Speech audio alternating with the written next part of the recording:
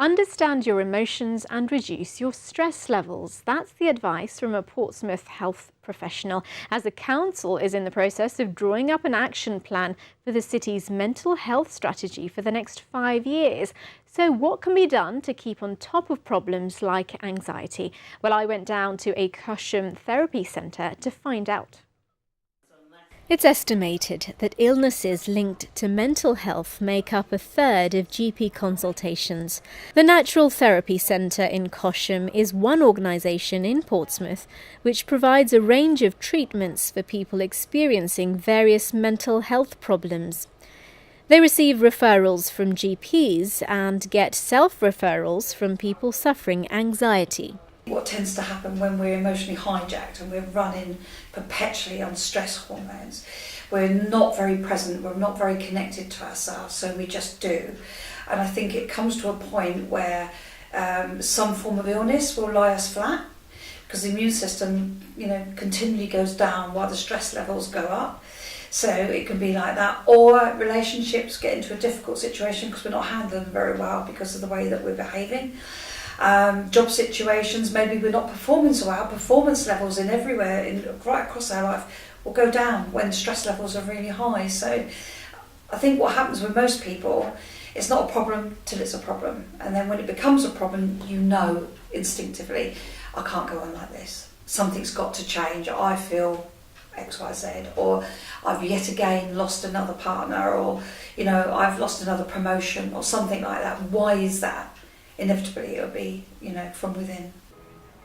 She believes that we need to have a deeper understanding of ourselves to make sense of our actions. And if we learn things, and we might pick up core beliefs about I'm not worthy, I'm not lovable, I'm a failure, I'm stupid. And whilst we don't consciously hold them right there, they're at a deeper level inside. So when we go through stressful periods in our life, those core beliefs are challenged. And we then fight to either deny them or we give in to them, one of the two. And that is the internal stress then. That's why it is so individual. And so the advice is to be aware when something doesn't feel quite right. But how do we know? So I think you need to be mindful about when you get to the point where you generally know something is, you might not know all the answers, but what you might know is, I'm not happy. I keep getting this response. I keep feeling like this, I'm feeling lethargic, I'm not sleeping well. All these signs, yet again I've got another cold or another cold sore, I've got IBS, all these things will let you know that you're feeling quite low, and then it's time to do something about it. But according to Barbara, physical symptoms aren't always the first things that show up as we begin to develop stress. People will notice the physical symptoms moreover than the emotional symptoms. Mm-hmm. We're really bad at connecting with ourselves emotionally, and we shouldn't be. If we were taught at a younger age to listen and associate what that feels like with that emotion, I don't think we'd be so stressed later on in life. A range of therapies are available for people who suffer the associated pains, including massage therapy and reflexology. The majority of clients come to the centre with stress, many suffering common symptoms. Generally it's back pain, or migraines. A lot of people suffer with headaches when they get stressed, but what happens there is, of course, it's the tension in the shoulders which are causing the headaches. It could be the fact their posture when they're sat all day at work, they're not getting up and moving around enough, so that can cause lower back pain and upper back pain.